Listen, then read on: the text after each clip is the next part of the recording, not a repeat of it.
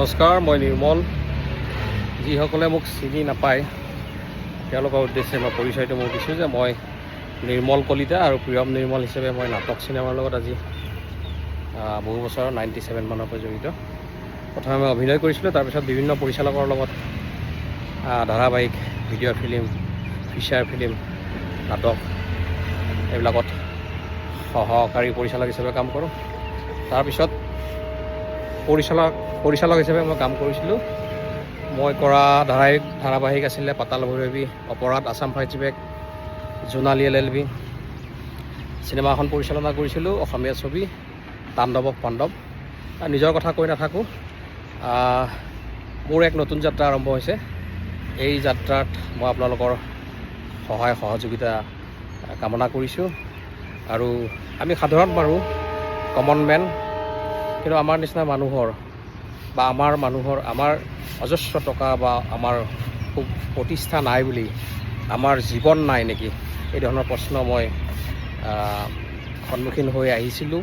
বিভিন্ন সাধাৰণ মানুহবিলাকৰ লগত কথা বতৰা পাতোঁতে তেনেকুৱা ধৰণৰ মনোভাৱ বা তেনেকুৱা ধৰণৰ চিন্তা তেওঁলোকে যেন কৰে, তেনেকৈ বা অব্যক্ত কথাবোৰ, ঠিক তেনেধৰণৰ সাধাৰণ মানুহবিলাকৰ লগত কথা পাতিবলৈ বা মই নিজেই তেনে এজন সাধাৰণ মানুহ। আমাৰ বিশেষ একো নাথাকিলেও আমাৰ জীৱন আছে, গতিকে আমি জীৱনৰ জয়গান গাব লাগিব। গতিকে মই ভাবোঁ জীৱনতকৈ ডাঙৰ কথা একো নাই। আৰু বিপ্লৱী হৈ আচলতে লাভ নাই।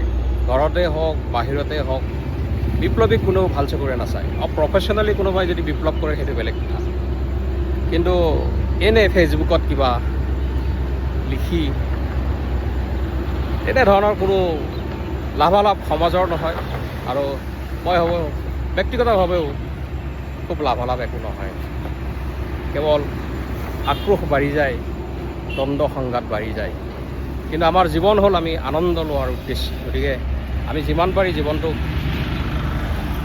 সজাই পৰাই যি পাইছোঁ তাতে সন্তুষ্টি লৈ নিষ্কাম ভাৱেৰে জীৱন সুন্দৰ কৰিব লাগে। গতিকে মোৰো ফেচবুকত মোৰ লিখা এটা এডিকশ্যন হৈয়ে গৈছিলে, তো যাৰ কাৰণে মোৰ দুবাৰকৈ মোৰ ফেচবুক হেক কৰাই পেজ উৰাই দিছিলে। তাৰপিছত মই ফেচবুকলৈ অহা নাই। আৰু ফেচবুকত নাহি মোৰ কি লাভ লোকচান হ'ল সেই বিষয়ে কথা পাতিম, বেলেগকৈ ভিডিঅ' কৰিম। আজিৰ কথাটো হ'ল যে আমি সাধাৰণ মানুহ, মোৰ এয়া কমন মেনৰ ডায়েৰী, ডিজিটেল ডায়েৰী। তো ইয়াত মই মোৰ দৈনন্দিন জীৱনৰ বিভিন্ন কথা আৰু মই মোৰ চাৰিওফালে থকা ভাল কথাবোৰ, কাৰণ নিগেটিভ কথাবোৰত একো লাভ নাই।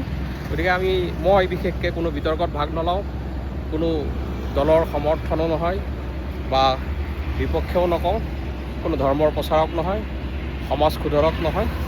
গতিকে মোৰ কথাটোৱে হ'ল যে মই মোৰ চাৰিওফালে থকা সুন্দৰ পৰিৱেশ মই চাব লাগে আৰু অনুভৱ কৰিব লাগে, আৰু জীৱনটো সজাই পৰাই জীৱনৰ জয়গান গাব লাগে। তাৰ বিকল্প নাই।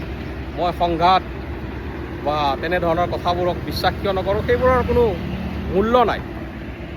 গতিকে তেনেধৰণৰ কথাবোৰৰ পৰা মই আঁতৰি থাকিম আৰু জীৱনৰ জয়গান গাবলৈ চেষ্টা কৰিম। আপোনালোক মোৰ লগত থাকক, এইখিনিয়ে ক'লোঁ।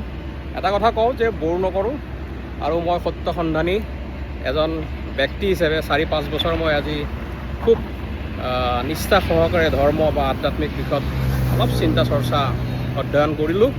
তাৰ পৰা মোৰ যদি কিবা লাভালাভ হ'ল, সেইখিনি মই সাধাৰণ মানুহৰ কিবা সহায় হোৱাকৈ মই শ্বেয়াৰ কৰিব বিচাৰিছোঁ। আৰু সাধাৰণ মানুহৰ জীৱন দৰ্শন, সাধাৰণ মানুহে কেনেকৈ মোৰ নিচিনা কমন মেন এজনৰ ডায়েৰী বা আমাৰ জীৱন, আমাৰ আচলতে আমি অনুভৱ, আমাক ধন সম্পদ নহ'লেও যে আমাৰ অনুভৱখিনিত লৈ আমি যে আনন্দ ল'ব পাৰোঁ, এই ধৰণৰ কথাবিলাক পাতিম। গতিকে খুব বিতৰ্ক নিগেটিভ কথা মই নাপাতোঁ, কৈয়ে দিলোঁ। গতিকে আপোনালোকে ভিডিঅ' চাই থাকক। আৰু এয়া আজি প্ৰথম ভিডিঅ' আজি আৰম্ভ কৰিছোঁ। অকণমান চাইকেল চলালোঁ, খোজকাঢ়িলোঁ। যদিও মোৰ এইখিনি কাম ডেইলি নহয়, অৱশ্যে মিছা কৈ লাভ নাই, সপ্তাহত 2 বাৰ হ'লেও মই খুব ভাল পাওঁ। গতিকে যিমান পাৰি মোৰ চানমাৰী ফিল্ডৰ কাষতে মই থাকোঁ, যিহেতু মই ফিল্ডত অকণমান ওলাই আহোঁ, চাইকেলখন কেতিয়াবা এপাক মাৰোঁ আৰু অকণমান খোজকাঢ়োঁ ব্ৰিজতে। স্কুল এতিয়া টাইম হ'লগৈ না। এতিয়া মাইনীক মই থওঁ, মাইনীক গাড়ীত থ'ব বিচাৰিলে মাইনী গাড়ীত উঠিব নিবিচাৰে। ব্ৰিজ ফুটাত ভাল পায়। আৰু আমি এতিয়া এই দলংখন চানমাৰীত বনাই আছে যে, আমি এই দলংখনো ক'ত কিমান কি কাম কৰিছে, কি আগবাঢ়িছে, আমি এইবিলাক চাই থাকোঁ মানে আৰু হয়নে হয়নে? আমি সদায় চাওঁ যে এই কোনখন ব্ৰিজ ক'ত কিমান আগবাঢ়িলে, কোনটো ফুটাত ঢালাই দিলে, হয়নে?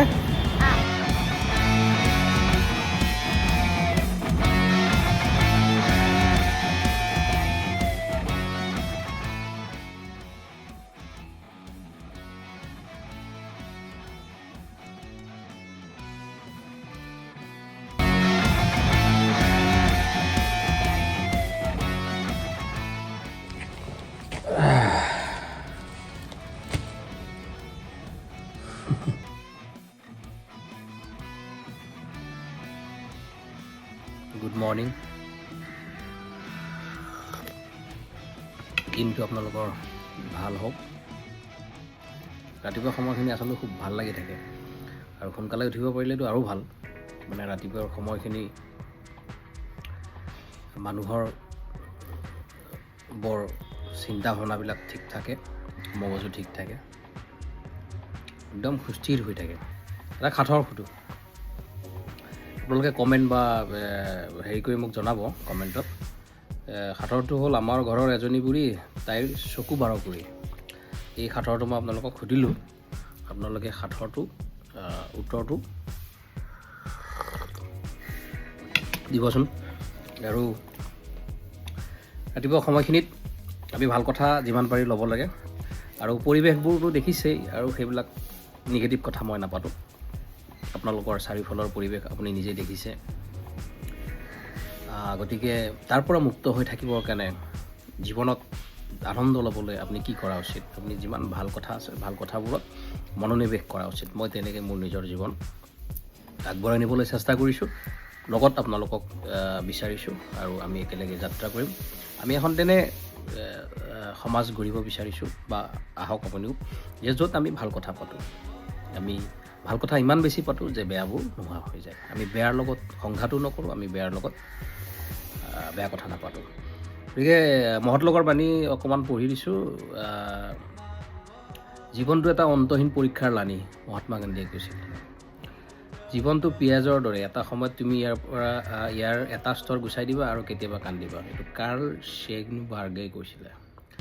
এটা ভাল জীৱন প্ৰেমেৰে অনুপ্ৰাণিত হয় আৰু জ্ঞানেৰে পৰামৰ্শ লাভ কৰে। এইটো ব্ৰেটন ৰাছেলে কৈছিলে।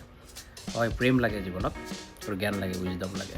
গতিকে প্ৰেম আৰু জ্ঞান যদি থাকে কাৰোবাৰ, তেওঁৰ হাতত কিমান টকা আছে, কি আছে, মেটাৰ নকৰে। তোমাৰ জীৱনটো কিমান দীঘল সেয়া গুৰুত্বপূৰ্ণ নহয়, তোমাৰ জীৱনটোৰ গুণগত মানটোহে গুৰুত্বপূৰ্ণ। ৰজা ৰোচনে কৈছিলে। পৃথিৱীলৈ অহাৰ পথ মাত্ৰ এটাহে, কিন্তু গুচি যোৱাৰ পথ ভিন্ন। ডনাল্ড হেৰিংটনে কৈছিলে। জীৱনৰ কোনো চমু পথ নাই। আমাৰ শেষ দিনলৈকে জীৱনটো শিকি শেষ নোহোৱা এটা পাঠ হৈ থাকে। হেৰিচিন চেলিজবাৰী কৈছিলে। জীৱনটো এটা শ্ৰেণী কোঠা, য'ত আমাক পৰীক্ষা লোৱা হয়, যত্ন কৰা হয় আৰু উত্তীৰ্ণ কৰা হয়। এইটো ৰবাৰ্ট থিবডেও কৈছিলে। ঠিক তেনেকৈ মহৎলোকৰ বাণী আৰু বহু আছে, কেতিয়াবা আগলৈ আকৌ পাতিম। আৰু এজনে কৈছিলে, আইনষ্টাইনে কৈছিলে যে মানুহৰ জীৱনৰ নৈতিক মূল্য অকলে তেওঁৰ নিজৰ উন্নতিৰ ওপৰত নিৰ্ভৰ নকৰে, নিৰ্ভৰ কৰে তেওঁ জগতবাসীক কি দিলে তাৰ ওপৰতহে। যিয়ে কিছু পৰিমাণে হ'লেও আনৰ কথা নাভাবে, তেওঁ জীয়াই থকাটো অৰ্থহীন। মণ্টেইনে কৈছিলে। জীৱনৰ মহত্বপূৰ্ণ সমাপ্তি জ্ঞানত নহয়, কৰ্মতহে। এইটো কৈছিলে থমাছ হেনৰী হাক্সলে কৈছিলে। যিজনে জীৱনত ত্যাগ কৰিব পাৰে, তেওঁহে জীৱন ভোগ কৰিব পাৰে। এইটো গান্ধীজীয়ে কৈছিলে। ধ্বংস যিহেতু সুনিশ্চিত, সেয়েহে সঁচ কথাত জীৱন উৎসৰ্গা কৰিবা। এইটো বিবেকানন্দই কৈছিলে। প্ৰত্যেক দিন জীৱনৰ শেষ দিন বুলি কাম কৰি যোৱা। জিম কৰবেটে কৈছিলে। জীয়াই থকাটোৱে একমাত্ৰ উদ্দেশ্য নহয়, ভালদৰে জীয়াই থকাটোহে জীৱনৰ সাৰ। এৰিষ্টটলে কৈছিলে। গতিকে এইবোৰ কথা আমি অনুভৱ কৰিব লাগে, ভালকৈ জীয়াই থাকিবলৈ চেষ্টা কৰিব লাগে।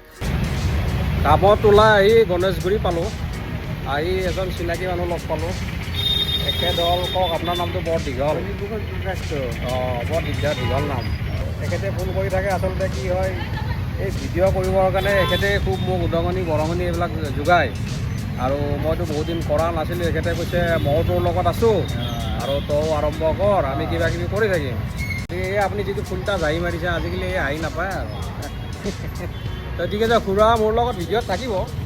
খুব ভাল হ'ব আপুনি কৰিব সদায় ভাল হ'ব আৰু আমি এণ্টাৰটেইন কৰিম ন মানুহক মনোৰঞ্জন দিম লেকচাৰ বাজি বেছি নামাৰো মানুহক মনোৰঞ্জন দিব ট্ৰাই কৰিম নালাগে আৰু খুৰাই খুব ভাল খানা বনায় আমি বিভিন্ন জেগাত গৈ পেলাই খানা পিনা বনাই এইবিলাক অলপ ফূৰ্তি ফাৰ্তা কৰিব লাগিব তো জীৱনৰ জয়গান গাব লাগিব দিনটো লটং পটং কৰাৰ পিছত মই দুপৰীয়াৰ ভাত সাঁজ খাবলৈ লৈছোঁ এয়া মই সাধাৰণতে মাটিত বহিয়ে ভাত খাওঁ এতিয়া মই খাওঁ আপোনালোকে চাই থাকক বুলি নকওঁ মই এতিয়া লাঞ্চটো কৰি দিওঁ ধন্যবাদ নমস্কাৰ অলপ লোহিতৰ পাৰলৈ আহিছোঁ ব্ৰহ্মপুত্ৰৰ পাৰত আছোঁ সাধাৰণতে দিনটো ঘূৰা ফুৰা কৰাৰ পিছত ঘৰলৈ যোৱাৰ আগত কেতিয়াবা সময় পালে এনেকৈ মই ব্ৰহ্মপুত্ৰৰ পাৰলৈ আহোঁ আচলতে মই প্ৰাকৃতিক পৰিৱেশত থাকি মোৰ বুলি নহয় সকলোৰে মনটো ভাল লাগে ইয়াত চাওক মই পৰিৱেশটো দেখাই দিছোঁ সৌফালে উত্তৰ গুৱাহাটীলৈ যোৱা দলং বনাই আছে অলপ দূৰত আছে অৱশ্যে ইয়াতে যেনেকৈ মুম্বাই গেটৱে থাকে তেনেকৈ গুৱাহাটীৰ প্ৰৱেশদ্বাৰ বনাই আছে এই সুন্দৰ পৰিৱেশ মই ভাবোঁ ব্ৰহ্মপুত্ৰৰ পাৰত কৰিব লগা আছে বহুত আৰু কৰিও আছে দেখিছোঁ আৰু সঁচাকৈ যদি গোটেই ব্ৰহ্মপুত্ৰৰ এই পাৰটোত ধুনীয়াকৈ সজাই দিয়ে তেতিয়াহ'লে মানুহে আহি ইয়াতে ধুনীয়াকৈ সৌন্দৰ্য উপভোগ কৰিব পাৰে আৰু আমি কামত ব্যস্ত থাকোঁ ঠিক আছে কিন্তু কামৰ পৰা যদি আমি অকণমান সময় উলিয়াই প্ৰাকৃতিক পৰিৱেশৰ মাজত বিলীন কৰিব পাৰোঁ তেতিয়াহ'লে আমি যে দিনটো দৌৰা দৌৰি কৰি থাকোঁ ইটোৰ পিছত সিটো লাগি থাকোঁ কামত মই ভাবোঁ অকণমান আমাৰ ডিটাচমেণ্ট দৰকাৰ আৰু সেই ডিটাচমেণ্টে হয়তো আমাক মন প্ৰাণ সুন্দৰকৈ ৰখাত সহায় কৰিব কিয় কান্দিছা কিয় মই বাহিৰত গৈছিল বাবুৱে কৈছিল কৈছে কি মই যাম বুলি বাহিৰত এটা কক্ৰচ আছে নহয় মকৰা মকৰা ভয় খাইছা অ'কে বাবু লগ মাতিম চলো তোমাৰ নামটো কৈ যোৱা আগতে কি নাম তোমাৰ চান্দি কাশ্যপ চান্দি কাশ্যপ ঠিক আছে বাবুক মাতি এই গধূলি সময়খিনিত অকণমান ইহঁতৰ লগত খেলা ধূলা অলপ হয় আৰু অলপমান আহি তুমি মাতি নাযোৱা মই আছোঁ ইয়াত মই কৈছোঁ যে মানুহক তাইক যদি এতিয়া বাচ্ছা আছে না তাইক এতিয়াৰ পৰা যদি ভয় খুৱাই থাকা তাই একদম ভয় খাই তাৰপিছত চব কথাত তাই ভয় খাব সেইটো পেটাৰ্ণ হৈ যাব নিউৰনৰ বুজি পাইছা নাই একদম সাহসত থাকিবা ভয় তাইকো নোখোৱাবা তুমিও ভয় নাখাবা বুজিলা তোমাৰ নামটো কি কোৱা হাণ্ড্ৰেড কাশ্যপ কোন ক্লাছত পঢ়া স্কুল কি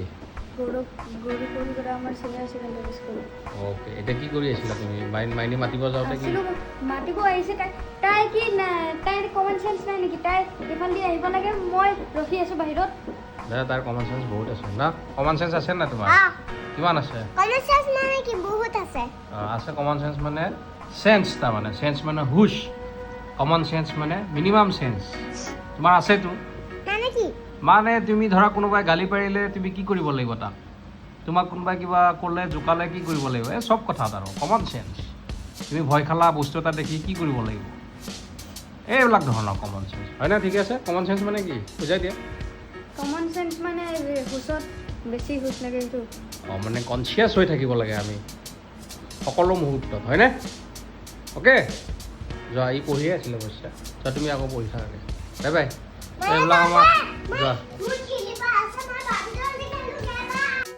শ্ৰদ্ধাৰ দৰ্শক মণ্ডলী আহি আজিৰ দিনটোৰ শেষ দৃশ্যত উপনীত হৈছোঁহি মই ডিনাৰ ল'বলৈ আৰম্ভ কৰিছোঁ আৰু দেখাইছোঁ দুখন ৰুটি অকণমান চব্জি ভাজি ডাল অকণমান ৰাতি খানাটো আচলতে ডিনাৰটো স্কিপ কৰিব লাগে বুলি কয় বহুতে, আৰু ডিনাৰটো যিমান পাৰি অকণমান লাইট হ'ব লাগে আৰু সোনকালে হ'লে ভাল। আগতেতো মই পূৰা টাইমত ছানছেটৰ পিছত এখন দুখন ৰুটি খাই শেষ কৰিছিলোঁ। আজিকালি মাজে মাজে ভাতো খাওঁ, কিন্তু সোনকালে খাওঁ, কমকৈ খাওঁ। গতিকে মই ডিনাৰ লওঁ। সকলোকে ধন্যবাদ জনাইছোঁ আমাৰ ভিডিঅ'বিলাক চাব, আৰু আমি একেলগে আগবাঢ়িম। আমি সাধাৰণ মানুহৰ জীৱন যাপন, আমিনো কেনেকৈ আছোঁ, আমিনো কেনেকৈ থাকোঁ, এই বিভিন্ন কথা পাতিম।